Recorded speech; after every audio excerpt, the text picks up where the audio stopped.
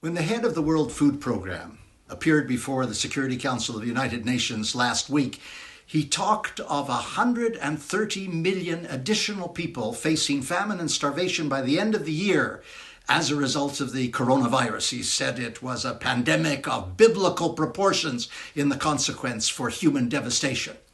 Those figures are almost impossible to absorb. Then he went on to say that it could mean 300,000 deaths a day for 3 months. And that wasn't as difficult to absorb because it's kind of the size of a small town or a mid-sized town in Canada. These stratospheric predictions are overwhelming. There's the Imperial College in London, very respected epidemiological and scientific center, which last week said that Africa could experience up to 122 million cases by the end of the year. It's just absolutely overwhelming, what one would regard as stupefying, and it's completely understandable when the World Health Organization head says the worst is yet to come.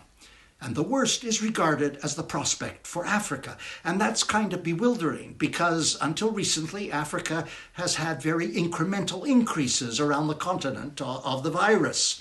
And then suddenly, last week, there was a 43% surge right across the continent.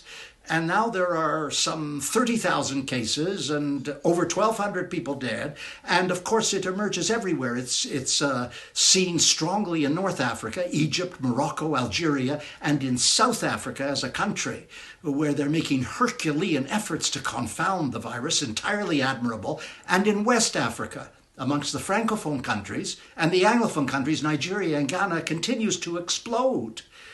And of course, the continent has no health infrastructure that can handle this kind of a virus.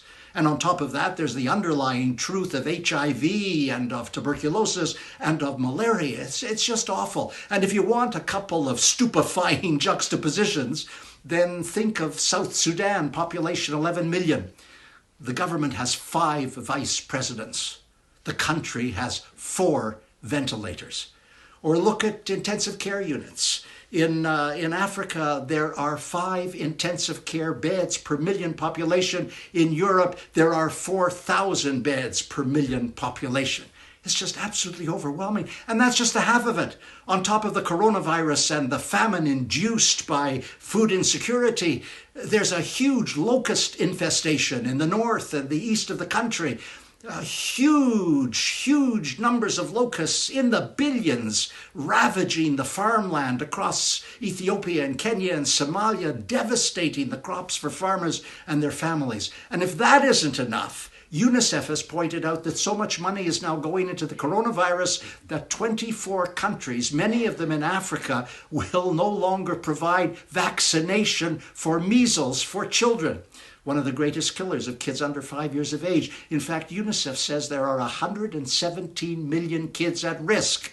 And as if that isn't enough, Ebola, which was thought to be over in Africa, suddenly emerged with additional cases in the Democratic Republic of the Congo. It is a Dante-esque inferno with a cataclysm in the offing. And what must come is a huge mobilization of leadership and resources. It can't come from the World Health Organization. It doesn't have the capacity on the ground. It gives guidelines and it gives coordination. It has convening power, but it can't give the leadership to mobilize the resources and the political support.